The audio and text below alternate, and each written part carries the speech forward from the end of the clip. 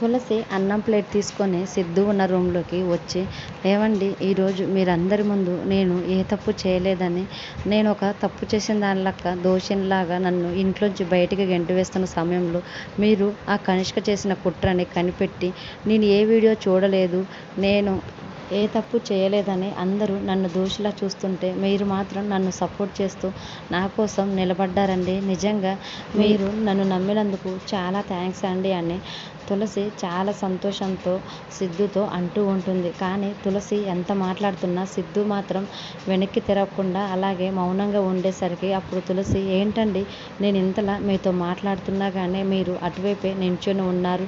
ఈరోజు ఆ కనిష్క చేసిన పని వల్ల ఒక రుద్రకారుడిలా నన్ను అర్థం చేసుకోకుండా కోప్పడతారని అనుకున్నానండి. కానీ మీరు మాత్రం చాలా శాంతంగా సదాశివుడిలాగా నా తోడే ఉండి నేను ఏ తప్పు చేయలేదని నన్ను నమ్మారు. నాకు అది చాలు అని తులసి అంటున్నా కానీ సిద్ధు ఏమి మాట్లాడక మౌనంగా ఉండిపోయేసరికి వెంటనే తులసి, ఏంటండి ఒకసారి ఇటువైపు తిరగండి అని అనటంతో ఒక్కసారిగా ఇటువైపుగా తిరిగిన సిద్ధు కళ్ళల్లో కళ్ళు మొత్తం చాలా ఎర్రగా అయిపోయి బాగా ఏడుస్తూ ఉంటాడు. వెంటనే సిద్ధుని అలా చూసి తులసి, ఏంటండి కళ్ళు మొత్తం ఎర్రగా అయిపోయాయి, ఆ కన్నీళ్ళు ఏంటండి అని తన కళ్ళలోంచి వస్తున్న కన్నీళ్ళని తుడిచే ప్రయత్నం చేస్తూ ఉంటుంది. వెంటనే సిద్ధు మాత్రం తులసి చెయ్యి అడ్డుకొని గట్టిగా విదిలించేస్తాడు.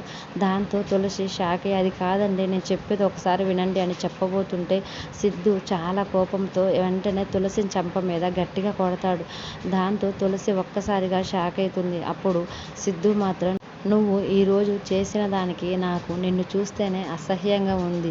నీ మీద నేను ఎంత ప్రేమ పెంచుకున్నాను, నిన్ను ఎంతలా ఇష్టపడ్డాను, ఆరాధించానో నాకు మాత్రమే తెలుసు. అయినా నీకు ప్రేమ గురించి ఏం తెలుస్తుందిలే. ఎప్పుడైనా ఎదుటివారి ప్రేమని అర్థం చేసుకుంటే కదా. నీకు ప్రేమ గురించి కూడా ఏమీ తెలియదు.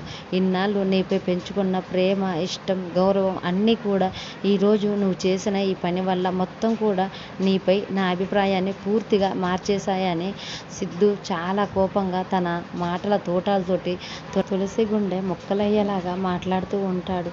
సిద్ధు మాటలకి తులసి ఏమి చేయలేక బాగా ఏడుస్తూ, అలా నేను చెయ్యలేదు అండి అని మౌనంగా తన తలని అడ్డంగా ఊపుతూ ఏడుస్తూ ఉంటుంది. తులసి అది కాదండి చెప్పే ప్రయత్నం చేస్తున్న కోపంలో ఉన్న సిద్ధు మాత్రం తులసి ఏ మాట చెప్పినా వినకుండా తన కోపాన్ని మొత్తం తులసిపై చూపిస్తూ ఉంటాడు.